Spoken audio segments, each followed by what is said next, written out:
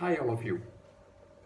In this video, we are going to see the difference between AI and ML, artificial intelligence and machine learning.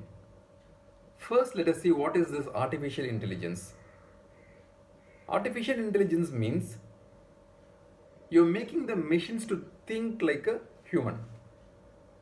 You're making the machines to act like a human.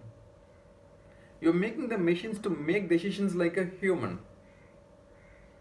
For example, if there is Alexa in your home and you give a command to Alexa and the video plays. This is one simple example of artificial intelligence. Now let us see what is this machine learning. Machine learning means you have a set of data, and you make the machines to make decisions based on the data. You make the machines to make decisions based on the data.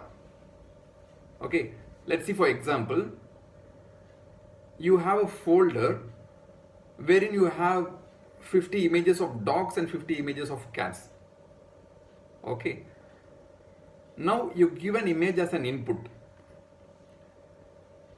You want the system to make a decision whether the input that you're giving is a dog or a cat. So what the system will do is, it will actually recognize the input that you're giving and it will compare it with the images that are there inside the folder. You can call it as a folder, or in technical terms you can call it as a data set.